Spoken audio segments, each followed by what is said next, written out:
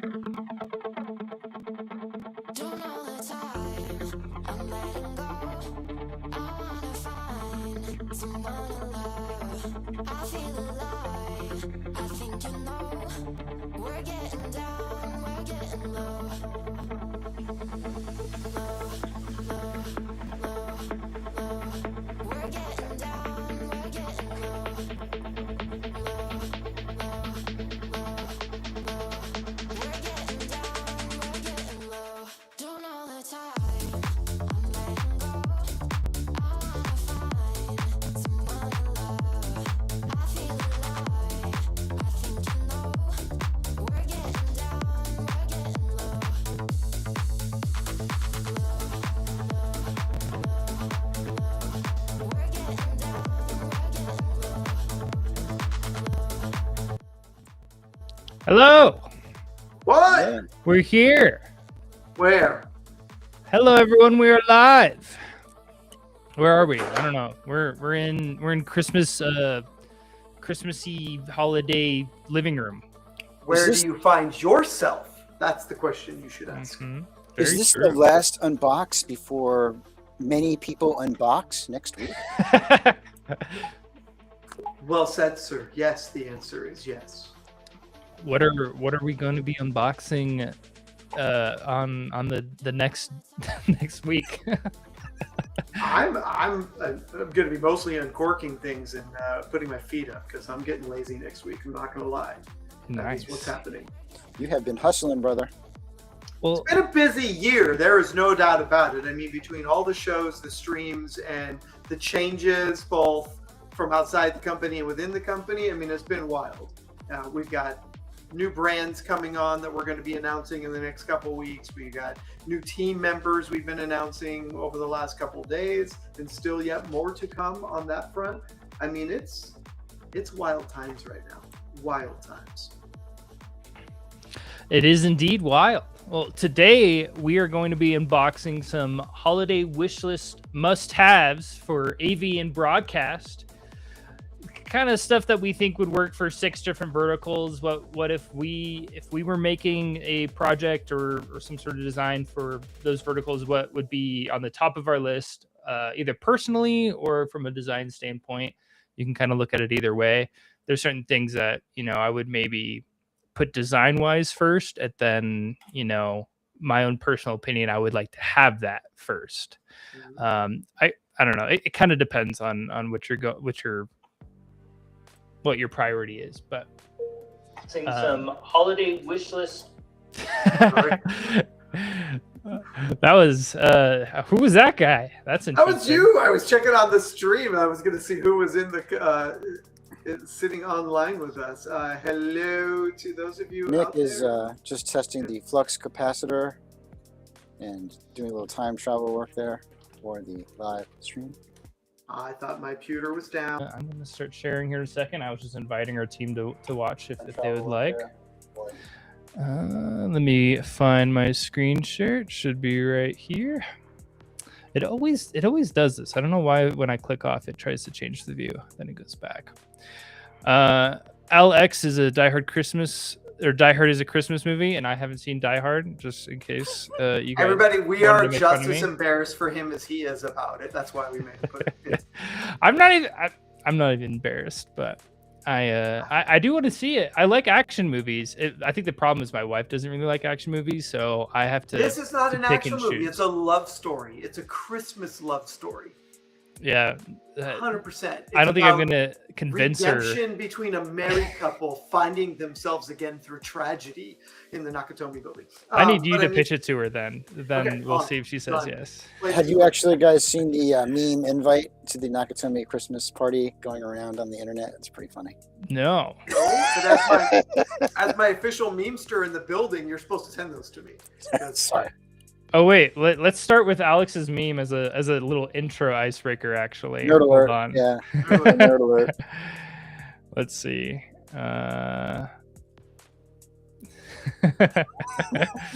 So we got X mystery, Y mystery, and Z mystery. Thank you very much. Good one. Good one. I've never would have thought of that.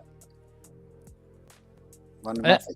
I think I'm getting the screen sharing down in Restream. I think I'm becoming a pro at this. Do you guys like my graphic too? I made it. I spent extra time making it all holiday themed. I mean, for this us. just like this brings me back to my glory days of word art. To preface the concept again really quick, I kind of already said it, but we each picked one must-have piece of gear for 6 different environments: education, corporate, sports, retail, house of worship, and then to throw in at the end our own home studios, what we would like to have as a piece. Let's start with education, with the education reindeer at the top. I think I just hit Because space nothing bar. says education like a reindeer.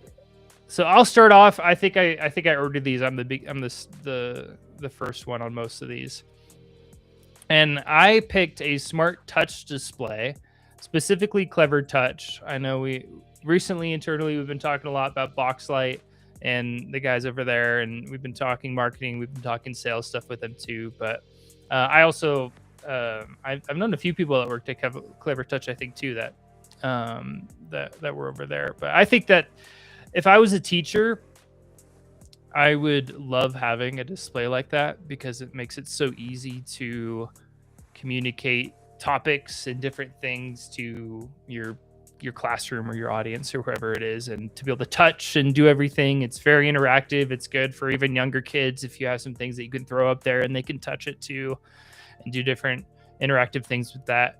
Is it a full-size whiteboard, or is it more of like a desktop style display? No, it's more of a full size big screen TV. It's Okay. kind of like a big TV if that paints the picture well enough. But it's got a whole nice mount and everything, and you can touch and everything on that. Because I remember there being the white, or it's not called a whiteboard, the projector things, the like bulb, like Remember those? the Short throw Transparency. Yeah. projectors. Trans- Yeah, and you Transparency. had a whiteboard. Yeah, and those that was what they used to do. They would write on that and they would show everything on that. And so this is just the modern version of that. I didn't realize you were that old that you remember those days. Wow. I Okay. went to schools with not very high budgets. Did your they teachers still had use- stuff that was 50 years old. I guess. Did your teachers actually use the like separate sheets of like acetate, or I had a teacher Yeah. that would just use like almost like a dry erase marker, and when they were done, they just squirt water on the projector. Oh yeah. No, they would. I think different teachers did different things, but some of them had actual like printed stuff, and sometimes they just wrote on it and all that. So. Overhead projectors. You know, that was the original AV nerd, was the kid who got to sit up there and move the pages. Yeah, The yeah. picture. That's where it all began, right there. Like You were AV Nerds correct. Unite. That was the original AV club. It was more lighting guy than video guy, but yeah.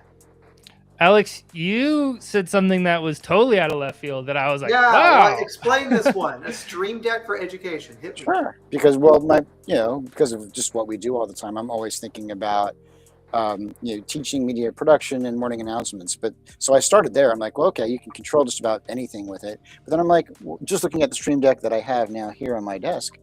Thank you, Mr. Burgos, for that one to get me started on your product line. But just the fact that as soon as you plug it in, it connects to so many different applications on Windows. And when you start looking at the plugin lists of all the different apps and things that it can control, just as a productivity tool for teachers instructing, basically you can customize it to control just about anything and make your life easier. So I liked that a lot for not just media production, but just teaching in general. I thought it's super customizable.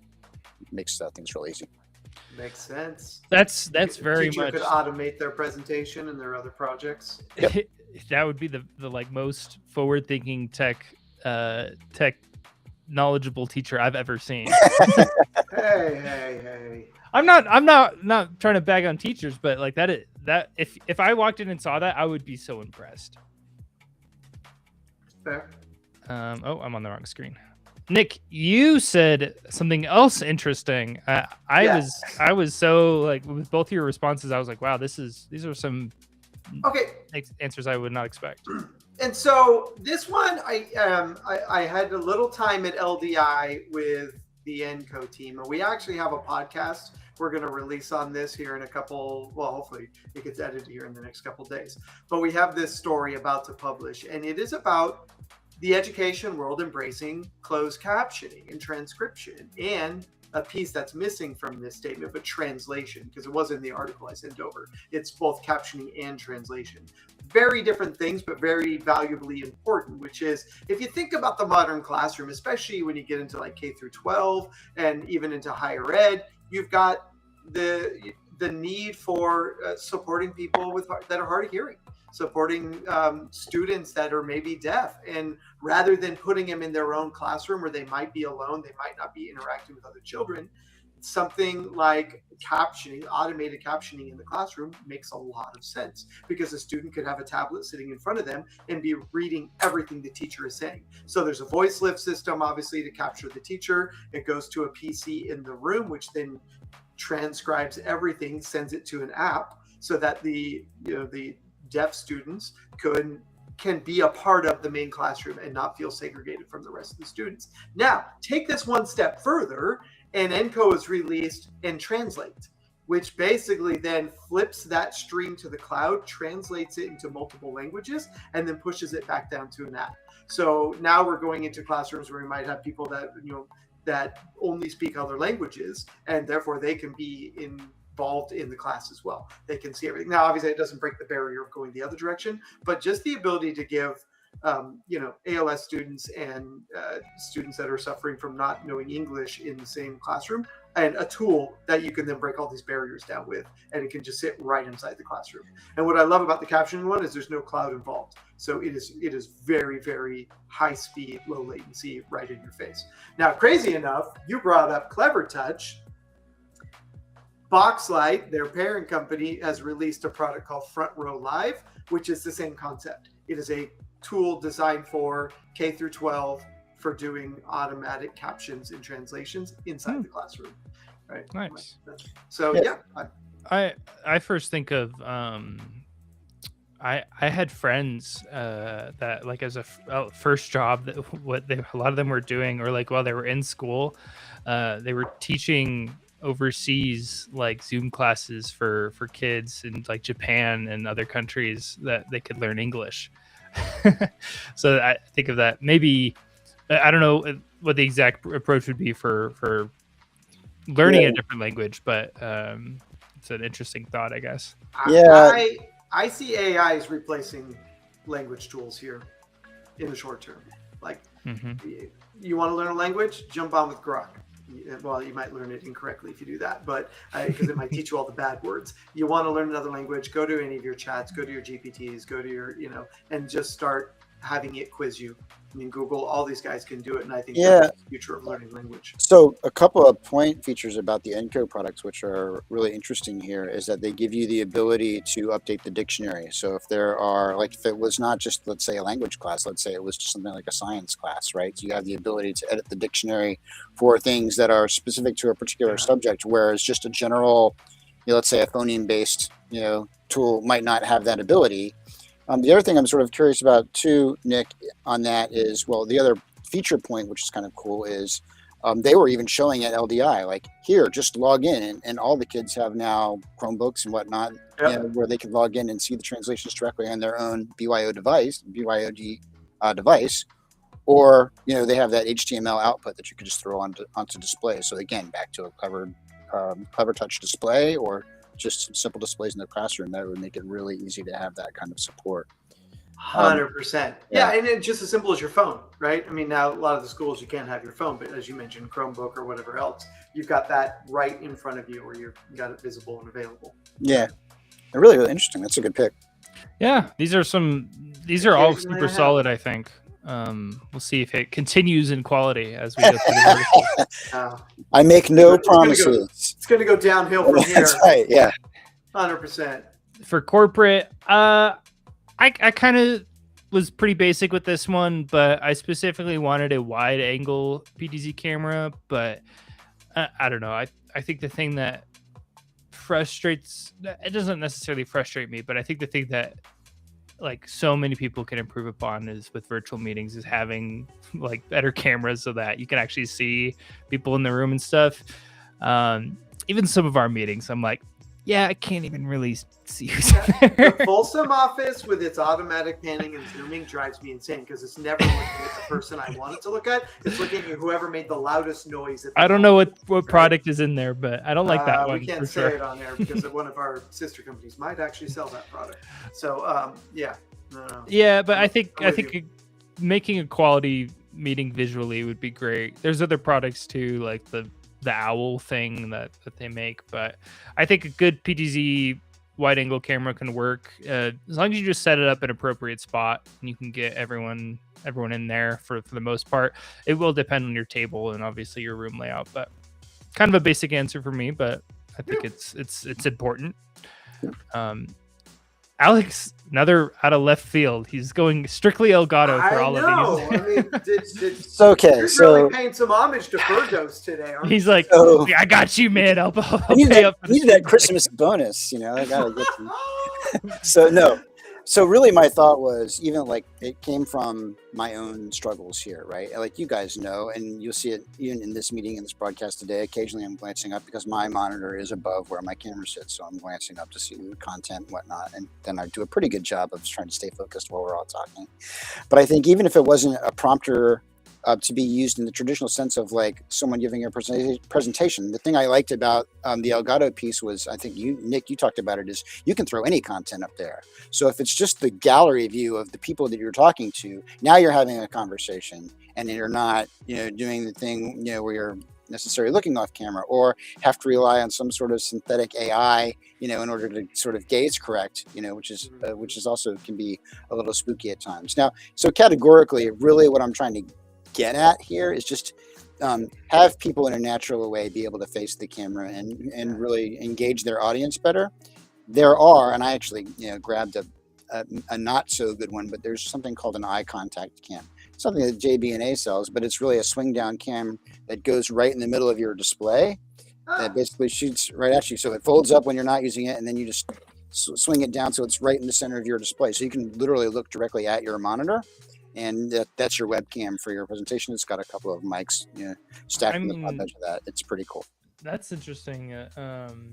Because webcams and like laptops and stuff usually do a decent job of, you're usually still looking in the right direction. So I wonder how much of a difference that makes if it's like in the middle of your screen. Yeah. That is interesting. But I'm going to go back. I'm going to say the same thing as I said before. The day I hear of a company giving like teleprompters as like, part of a company package for tech, I'm going to eat my shorts. I'm sure there's some that are already doing it, but I don't want you to do that live on air. So we'll skip that. But what I will say is I agree with you, Alex. And I think it's one of those where you should always have one for your CEOs, your VPs, your higher end operational people to allow them to maintain eye contact while looking at their presentation, right? Yeah. Now, we're pretty lucky when we do Troy's addresses. He knows his content really well, so he mostly glances and just to make sure he's on the right slide or that we're caught up with him because we write. Oh, he's not on a laptop with a webcam? No, we use. Oh wow, he does a great job then. That's what I'm saying. We're very lucky with Troy. Shout out to Troy Draper. Great job on camera. That's always. Impressive. He knows his content well. He, so occasionally you'll see him pivot to look at the monitor and say like move forward or move back, or. But he knows his content well. But not everyone is like that, and we've got some other clients that we work with where they need the content in front of them. They need to have it visible. So putting it in a teleprompter like I'm using right now makes a lot of sense. Yeah.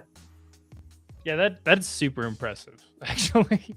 Yeah, no, I know. We get really lucky with him, and it's he does the job. See, really Alex, we don't even need the prompter. We got Troy. He's good enough. Nick, another kind of left field one too with you guys. I went down a completely different path, which is Imaginario. I think you all got to play with that one a little bit with me. It is an AI platform. Well, so actually, scratch that. It's really a MAM. It's a tool for cataloging and organizing footage, but it is 100% embedded with AI functionality. So automatic transcription, facial recognition, scene detection, all these great tools that I think every corporate every corporation needs a tool like this to find content fast, to sort through their content, to look for great moments. And it's got some really nice social media tools built into it for then pushing content out, right? So a lot of times you do a great job of going into Restream and what's the other platform we use? Riverside, to chop up content and make little shorts. This thing's got it baked in as well, but it's all AI based. So it automatically detects great moments and says, hey, you should flip this into a social post, right? So I really like the Imaginario platform. I'm hoping we get access to it full time, because I'd love to have it internally for just indexing and being able to get access to content quicker. Because I mean, the ability to just do transcription alone and then search your transcripts, that is super powerful. Mm-hmm. Yeah, interesting take. And I think this is something that you might be like, yeah, no, that's not for me at first if you're just a listener. But more and more, like even small businesses are recording content, posting stuff on socials, doing things for trying to market, that they will soon find out that after you do a year's worth of that, you're going to be like, all right, where's all my stuff? Like, how do I find this? So you're going to be probably looking into something similar to this, within a year or so after trying to do content, because it will make a difference in you being able to reuse assets, be able to actually convert what you have created into something that's usable on the internet. So it's definitely something that you wouldn't think of, 100%. but it's very important. Yeah, and I think every social media team, every marketing team needs to have access to this as the bridge between editorial and published content. Yeah, totally. Sorry, Alex, go. No, that's fine. You're good. Are we good to move to sports? Our favorite one? My weakest one. So this, I said replay because I think that's the thing that makes watching sports not horrible for me, at least. I watch mostly esports, actually, and esports is super fast paced for the most part. So it's almost it's even more crucial there, because you're finding moments that are so fast that you can miss them if you just look away for a second, and you need to bring them back and be like, what just happened? Why is everyone freaking out? But that also still happens in regular sports too. You want to view highlights, you want to replay stuff that has happened in the moment, because Uncle Jerry was in the bathroom or something and he didn't see it. So I think if I had to pick, like, this is on the receiving end, if I was building my own system or whatever, I would prioritize replayability very highly. And of course, VisRT has the 3 play, and that's a wonderful option that we can supply. But yeah, I agree. I mean, replay obviously adds drama and analysis capability to any production. And maybe I was just, when I, not to digress, but I think maybe when you gave out this exercise, I was thinking about budget friendly things, or just like that key little piece, stuffers, right, kind of thing. And so I wasn't quite thinking big, right? Like, so if it's open-ended, even though I didn't actually supply one on the form I sent you, because I don't even know what this was. Yeah, I was like, what? I actually thought he was going to say the Pro Stream Deck is what I thought was going to be on his for sports, because you got the big panel. So I think one of the things that I was actually looking at yesterday and thinking about putting in this category is, obviously we offer a lot of graphics packages, right? You've got everything that Viz has to offer, from Flowix to their high-end graphics. We've got the new Blue, Captivate, which is a great option for graphics.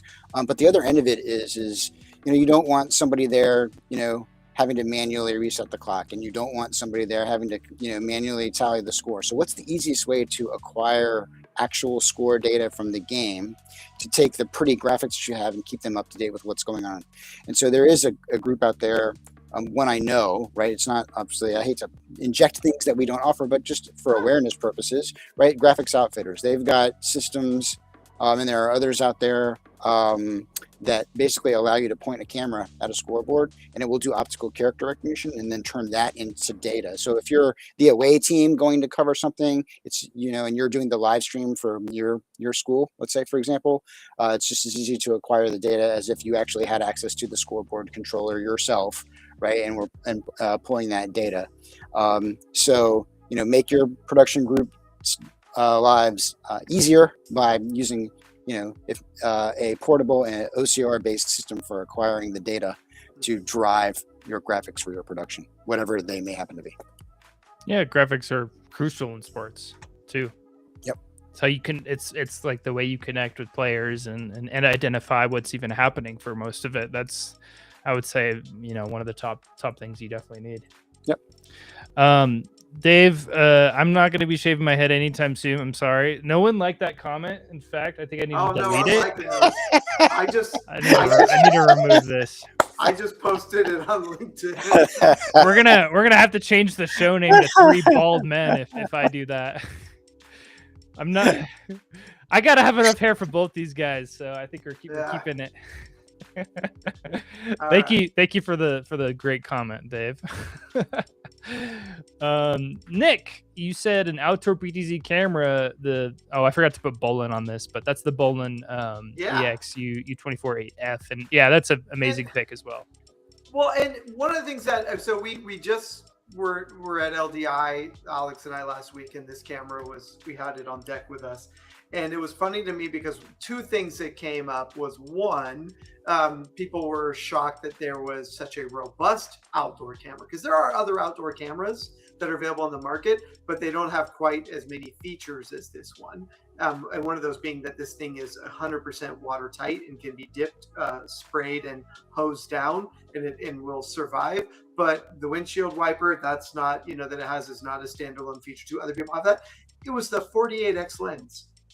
That none of the other PTZs on the market that we've been able to find that are outdoor friendly have a 48X on it.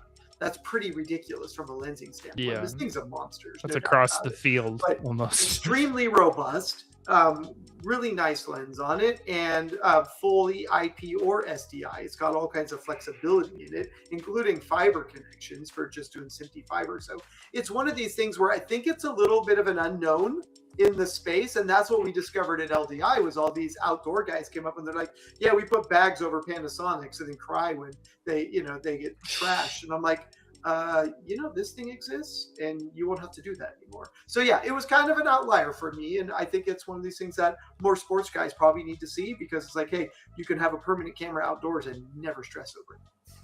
Good call. Yeah, great options all around for this one.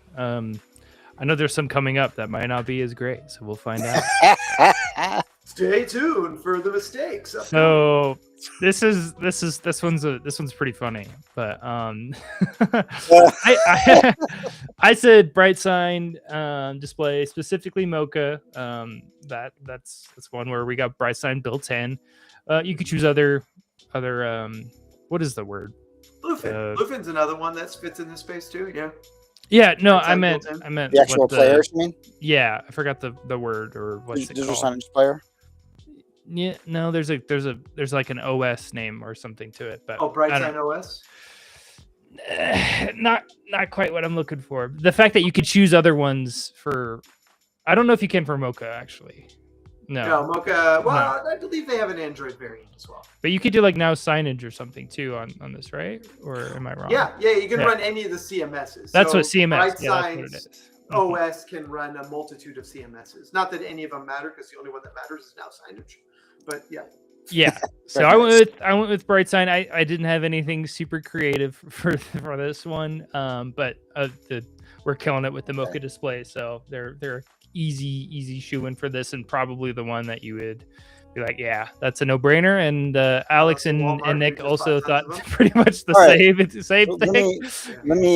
Let me add an addendum to mine, because I did have two rows, and you're like, you can only choose one. So I'm like, okay, I'll just choose this. So in our lineup, we have a group called Nexmosphere, right? And so they work in conjunction with CMS and the BrightSign players, and they allow retail outlets then to create interactive experiences, right? Where they can measure engagement with customers. So if you have a store display, they show examples on their site where people can pick up and examine things like shoes or other types of inventory, and they can sort of gauge the stickiness of consumer engagement and use that as data that gets fed back to the retailer, about how effective their displays are, or what actually gets converted into a sale via that interaction. So all measurable things through this interactive thing that you can add into a digital signage display. So I think that probably they can gauge the stickiness of the shoes. That's right. So you have to make sure that you dip all your inventory in honey and super glue and Gorilla Glue, and then you see how the consumer struggles as they try to pick it up off of the table. Yeah, it's like that. My favorite. You're forced to buy it now. That's right. Where the guy puts on the shoes and then starts to run towards the door and freaks everybody out, and then and it's just like, no, I'm just testing out the shoes, seeing how sticky they are. No, you're right on Nexmosphere. I think that's one of those things where it's like a lot of people probably don't know where it fits, but retail is one of those that makes really good sense. They have some other interesting sensors, and that's really what they are. Is they're a sensor company that's designed to plug into digital signage networks, right? And so it's occupancy sensors and light sensors, so it knows if people are in the room or not in the room. There's some really cool things on that end, but I do like their pressure sensors to say like, hey, I pick up this particular bottle or device, and then that's pretty cool. Yeah. And I'm surprised I don't know. I don't go to malls and stuff that often, but I don't know if I've seen that in person yet. And I feel like people should be doing that because it's not enough. That is true. Not enough. But I go to one mall I went down the same path, but I went specifically to Now Signage and Bright Sign. And what I'd say is, we actually Jordan's got a video he's publishing for Now here in the next couple of days, but it specifically speaks to ad placement in retail places, right? So often you've got, I've got the display inside of a mall, inside of a shop, or whatever it is. Well, what am I going to put on there? Right? Well, I'm going to put ads. And why? Because then I can monetize it, right? So if it's inside of Walmart, I should be able to then offer to all of my Walmart vendors to say like, hey, we can run your ad, but it's going to cost you. And then Now Signage has got a pathway to then report back how often, what were the impressions. And if you're putting that in conjunction with the Nexmosphere devices, you can not only say, hey, this is how many times it played, but this is the type of person who looked at it, right? Boy, girl, man, woman, whatever it may be, whatever that data, you can start to extract more data and bring that data back to the suppliers that you're charging signage to, so that you can get better rates of impression on, what was the foot traffic, how many people saw it. It's not how many times did it play, but how many people actually looked at it, right? These are all really interesting data points that would have required human interaction before. Or you never get. Yeah, 100%. That's cool. Similar train of thoughts for all of us. I was surprised, Nick, you didn't say something like LED wall or something in the storefront or whatever. But too obvious. Too obvious. I was trying to be a little more obscure. Next, House of Worship. This one has tons of different options, and I think this one had one of the best variations between the three of us. So we'll go with me again on first. I said Allen and Heath QU series because I think the number one thing, and it doesn't matter what house of worship it is, who you are, what you believe in. If your audience can't hear anything, then it doesn't matter. Everything else falls to the wayside if you can't hear what's going on. And a good mixer too makes a huge difference too. I've been in lots of churches and stuff, and having something that's old can work most of the time, but you really appreciate something that, works, has high quality sound, that sounds good, that everyone's like, yeah, this sounds great. And some other little features too, like built-in plugins and EQ and things like that are super great. I like the QU series. They just came out. They're super sleek, super cool, state of the art. Did they have the QUD? Did I read that right? It's got Dante enabled by default, like directly on the device, or I know they have a line now. I think so. Yeah. I would have to double check. Yeah. My eyes kind of gloss over when I see Dante. So. Whoa. I'm sure they do. QU 5D and QU 6D are the spaces. Nice. And I think we've Alan Heath has some new training videos that are coming out on that one, which is we're shot and filmed in the Mass Point Studios. Very exciting on that front. I'm a big fan. The QUs are awesome. I like the CQs just because I get the web app to be able to run it, and it just sits off in the corner, and I don't have to think about it. That's my favorite. But yeah, very killer little product there. Nice choice. Wonderful. Alex, this is a great one that I did not think of at all, but is also, I think, very relevant. Yeah. Surprise. Yeah, I did a tour with Michael Bush earlier in the year. He's one of our illustrious sales. He's an exec now, but one of our sales team members, and we were visiting some groups that do a lot of house of worship installs. And I hadn't really thought about comms in that space. And so when they started talking about what they were using for comms, it allowed me to introduce Punctum into the conversation. What I like about it here is that you've generally, I think, in house of worship production, for the most part, a large majority of the folks are going to have fixed positions in production control. The cameras are if you've got man cameras, are generally going to be stationary. You're not going to have a whole lot of run and gun. So Punctum makes a lot of sense here because super easy to deploy, simple cat cabling, power over Ethernet implementation. They tried to make it NDI-esque, in my opinion, for deployment, and really easy to use. They do have an app for it so that you can get people with phones involved to increase usage there, and that can be a Wi-Fi way of doing some wireless. But if you do find the need to expand into true wireless, right, as it's part of the Riedel family, you can actually get involved with the Bolero option as well, which everybody knows is one of the industry standards when it comes to wireless comms.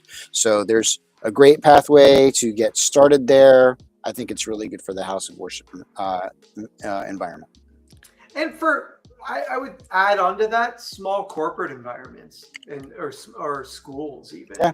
Right. I mean, if you think about some of these smaller school environments where they're high schools, or we're talking to a school in Texas right now that's a elementary school that is doing production. This is the perfect product for them because it's very low cost. It's all network based, and they don't need more than Party Line, right? That's perfect for them because they're all working one production together. So I think, and in the same for some of these corporate productions where the flexibility of this being network based means that if you're moving from floor to floor or within inside of a building, you just unplug your body pack and move to the next wing, right? And plug it back in, and away you go. Because you're on, as long as you're on the same network, you're accessible back to the party line.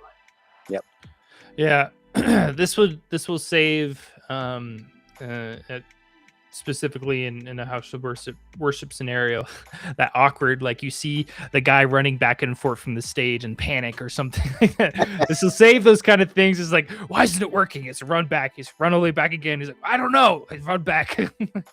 I've seen that happen quite a few times. And if you think that's if you don't want that to happen, then this is a great solution for that, because you can stay connected. Yeah. And Nick, we keep going. This is another left field one. But this one does make sense. I just was not expecting it. Really? Oh, I like that. Not at first. Yeah, but I get it now after thinking about it. Well, yeah, here's one of those spaces where I think automation inside churches is probably pretty lightweight for most churches. They don't think about automation. They've got a lighting guy, an audio guy. They've got, somebody kind of stationed everywhere. And if you think about these smaller churches where maybe you don't have the staff size, or you need sort of a hand of God type of opportunity where somebody can override or just do a rundown for the show, that, when you look at like most of the like Pro Presenter and those types of applications where they've really become, that's how the entire service is structured inside of those platforms. If you could then say, okay, cool, well, now I just have, something like buttons, right, driving the lighting, the staging, the audio, the core applications, including video and camera, all from a single interface. Why the heck not? Right? That just makes sense to me. So I think automation inside of house of worship is probably the thing I see the least. I just don't go into a lot of churches and see like, oh, we got everything automated to a single panel. Some of the older churches might have a Crestron or an AMX that somebody sold them on. That was a great idea, but it lacks flexibility It lacks the ability to make changes sort You're of on the not- fly. It's Yeah. hard to integrate new things too with those systems. Completely. Where Bitfocus has got this concept of like, here's this rich list of APIs. You can modify that on the fly and make changes. So what I'm excited for is when I look at buttons, we're no longer going to be a server per panel model. It's going to be a server spread out across multiple panels, right? So now we've got this option of having a centralized box that's then delivering interfaces for everybody. And so it just brings the hardware deployment down in terms of doing that. But I mean, this is certainly a product here that I could say could have answered a whole bunch of questions. I could have just put this as my answer for everything today. But I think House of Worship is that area where I see the least amount of automation integration. And I think probably the biggest selling point, which I don't think you touched on, is this can actually alleviate the need for as many volunteers and such, or people or staff. Yeah. Because if you automate things, you can have one guy hitting one button instead of two people hitting two or three, or like having this chain of like people in a desk. You can sometimes get one person being able to do multiple jobs because things are automated. That was my hand of God moment, right? Where it's like somebody went out for coffee and missed their cue, so you could have a backup plan of somebody could go over the top. Now, by the way, it's bit focus, not by focus. My bad. So Typo. Just messing with you. But I agree. Yeah, I just want to send out a kudos to Nick for working the phrase "hand of God" into the house. Not once, but twice. Very good. Well done, sir. Thank you. Hold on, I got you too. Here we go. It's very good. Excellent. All right, I think we got one or two more here. Yeah. Oh no, it's the last one. This is the last one. Home studio. So this is the fun one. We got to pick more personal, like what we would like to have in our studio. And we're gonna bring it back to Elgato again. I've actually had like a Stream Deck in my like Amazon wish list for like, I don't know, like a year and a half or two. So that's on my literal wish list of like for my studio. So I just had to put that in there. And it's just all coming back to it again. But there's other things too that I really like on their products that I have here. Let me see if I think it's written here. Or here we go. I have a HD60, which is the second ever Elgato capture card from 2015, I think. That still works, and I still use it. So is that HDMI to USB or something? Yep, this is a capture card, HDMI 1080/60 only, but this was their flagship back in the day, and now you got 4K 60 and everything else too. But this thing still works, and it's still supported.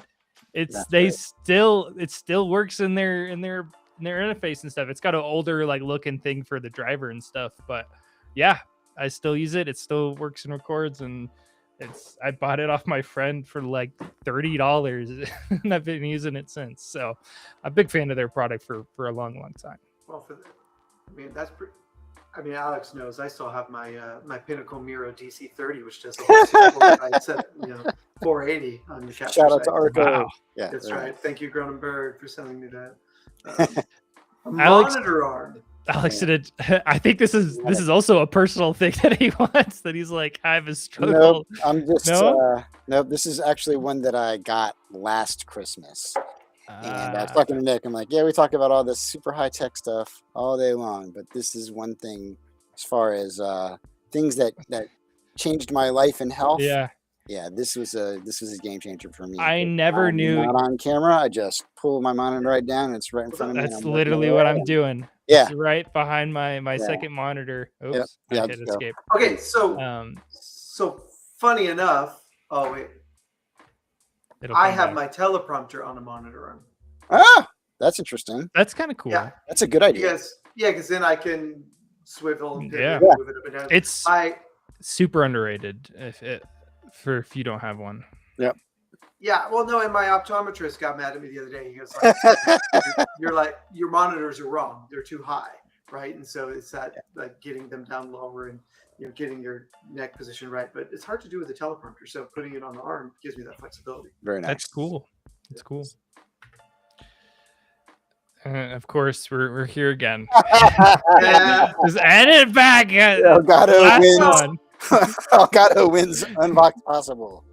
Yeah, no doubt. Well, and I say for me, because I do a lot of like voiceover records and records for the marketing and promotional videos, and so I'm always like jumping over here to the keyboard and finding the mouse and getting start stops and resetting the teleprompter. So just having like some quick button pushes so I can maintain my focus up here. It's very helpful. Very, very helpful. Love it. Yep. Yeah, and I mean, there's so many things that I have accumulated for my home studio, whether it be cameras, more computers, monitor arms. I love that pick. It's such a it just literally gives you back a quarter of your desk space too, that you just didn't have before because it was on your thing was on a stand. Yep. So super great picks. Yeah, we're at about 10 minutes of time, and we can wrap it up with a little bit of holiday fun too, since Favorite this holiday is our movies. thing. Yeah, favorite holiday movie. Fi doesn't have one because he doesn't believe in Christmas. Who? What? Oh, I don't. Oh, I do have a favorite holiday movie. My favorite is probably Elf. I'm a pretty big Will Ferrell fan. Ooh, I used to think it was kind of insufferable back in like high school and because I just like watched it so much, but now looking back, I'm like, it is actually like a pretty funny movie. Like the freaking spaghetti, the spaghetti freaking candy, and like the one-liners in that movie are so good. There's so many good. Have you ever watched? So there's a show, I think it's on Netflix, that like goes behind the scenes and tells you the lore behind every film that's out there. Like it chooses specific films and it goes behind and tells you the lore, and it goes through the history of getting that film made and how many times they got turned down. Nobody wanted to touch it, and then more importantly, James Caan only did it because everybody was doing a comedy at that time and was doing a holiday movie, and so he felt he had to. But he was a jerk throughout the entire production. He wouldn't talk to people. He didn't come to rehearsals. He would just show up and spit his lines out and then keep going. Like it was almost his own character. It's not Con. Who's the father in that one? Yeah. Oh, that's literally his like part though. So that actually works. Yeah, but he was just a character. That's all. He was just a character. Yeah. So you just took it beyond the character. Wow, I don't know how I blanked on Elf. That is definitely a fave in our house. The kids love it. They always want to watch it. Yeah, it's great. Yep. Yeah, it's the holiday movies that made us. You've got to watch that documentary. What's it on? Where do you find it? Netflix. Netflix has got it. Okay. They have there's a whole series, the movies that made us, but this one is like 6 or 7 holiday movies. But then the other films in that genre, the movies that made us, they're pretty good to watch and understand. The one on Alex, you would love the one on Ghostbusters. That one's really good too. That's a good segue to one of my faves for a number of years is Scrooged with Bill Murray. So you can tie it together. And Silas, if you have not seen that one, it's probably one worth going back and watching. That's Bill Murray probably at his Hollywood apex, that era, and surprisingly, for the era, I think that the visual effects actually hold up. A lot of cases, Ghost of Christmas Future there. A lot of Bill Murray's stuff actually does. Yeah. Like Ghostbusters and stuff too. That's interesting that it follows him. Yeah, so I like that. I can't believe I spaced on Elf. I do like Elf a lot. And it's funny, I'm never normally in the mood to watch any of the cheesy holiday stuff that, the family puts on Hallmark or whatever. This year, not so much. Like if it's on or whatever, I'll actually, sit down in the evening and partake of that stuff. Where in years past I would have just avoided it like the plague. I'm like, I can't believe you guys are melting your brain with this stuff, but it's actually whatever. It's good. It's family time. Yeah, it's family time. Exactly. Speaking of brain melt, so I've been suffering through the Home Alone movies with my youngest. Yep. Those ones are at least Movie. kind of cute. Like, they are a little corny and cheesy, but they're at least kind of cute. Yeah. So, did you say your favorite, Nick? So, I mean, my actual favorite, as Alex is pointing out, is Die Hard. Like, it's not Christmas for me until we watch Die Hard. You need to wear the shirt. I know. I should have worn it. Alex got me the coolest Nakatomi Plaza shirt. It looks like it's in the style of Activision. And that old Activision style. Oh, nice. Yeah. Home Alone. Very nice. Hey, filthy animal. But I will say, Alex, I agree with you on Scrooge. That is one of my all-time favorite. Like, I don't even see it necessarily as a Christmas movie anymore. I love Bill Murray. I love that movie. Yeah. And so it's one of those ones that I'll watch any time of the year. But second to that is the Muppet version of. Oh yeah. The Muppet Christmas Carol. I think is just one of the greatest Muppets ever. Yeah. It's so much fun. Yeah.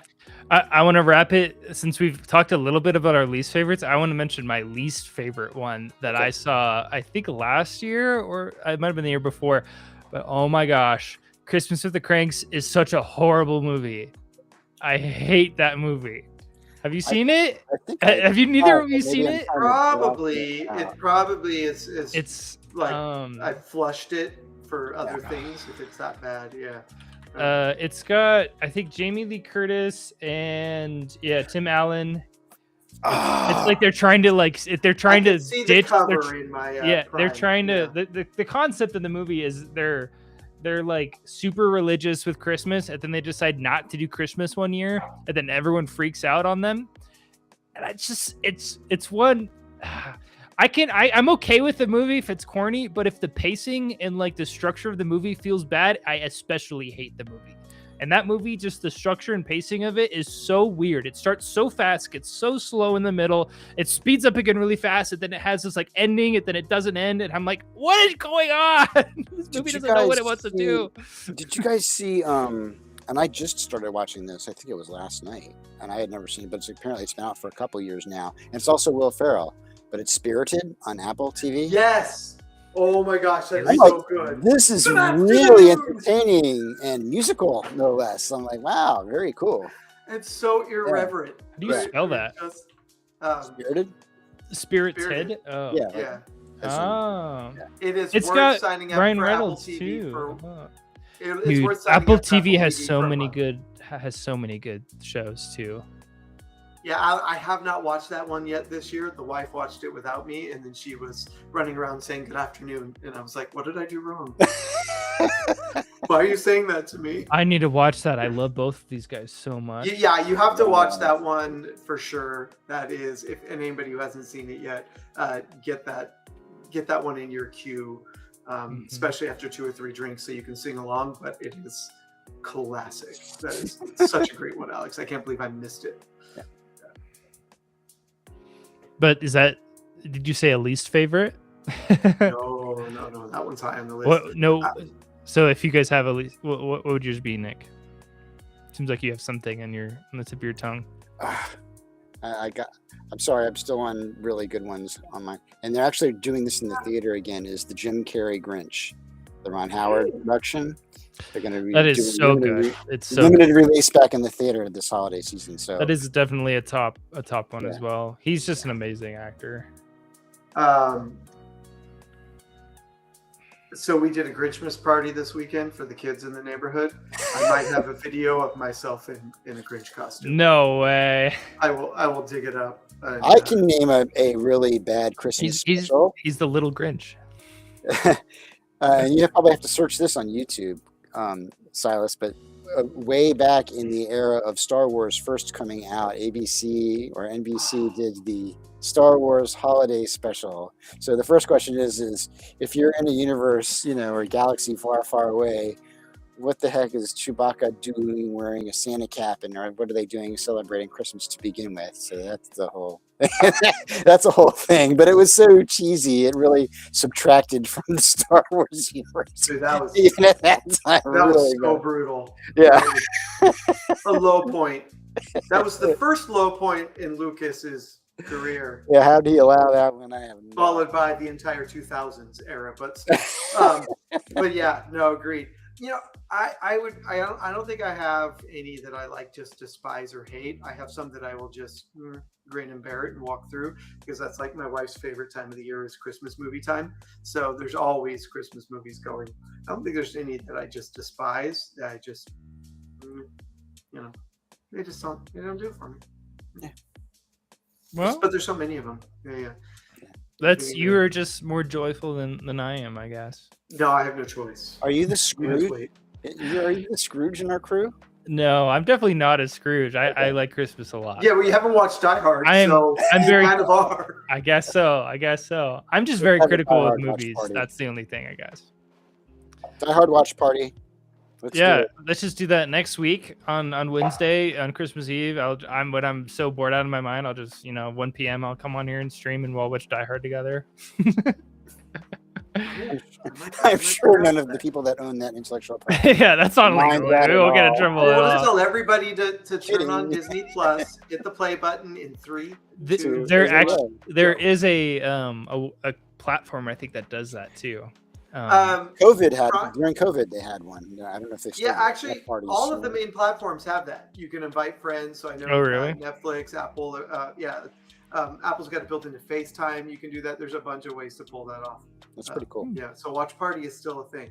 And then we can trigger it from a Stream Deck, so one person can control it to launch all of them.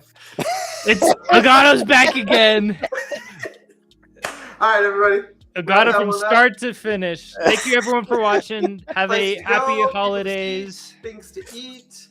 Yes. Lots of big stuff coming out of JB&A in the next couple of weeks. Stay glued to your email. That's where the first announcements will hit. Silas will be posting everything on LinkedIn right afterwards. So absolutely stay in tune, because we got all kinds of fun stuff to announce. New Year is just running and never stopping. So Yeah, baby. thank you everyone for watching. Happy holidays, Wonderful everybody. holidays.